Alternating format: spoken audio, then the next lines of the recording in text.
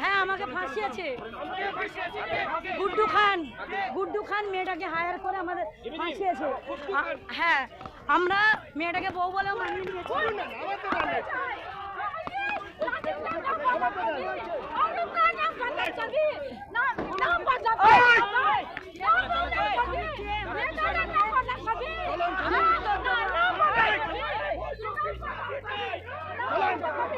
আমাকে আপনারা বাঁচান, আমাদের কাছে উত্তর আছে।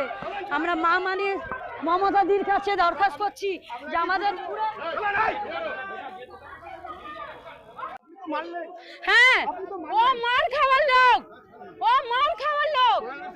হ্যাঁ ছবি তুলে কি বলছো? রাজীব দার নাম বদনাম করবে, অরিপ্লাইয়ের নাম বদনাম করবে। ও দলের কেউ না, কেন ও দলের নামে বদনাম করবে? আমি বাংলার যুব দায়িত্ব ছিলাম 2008 থেকে।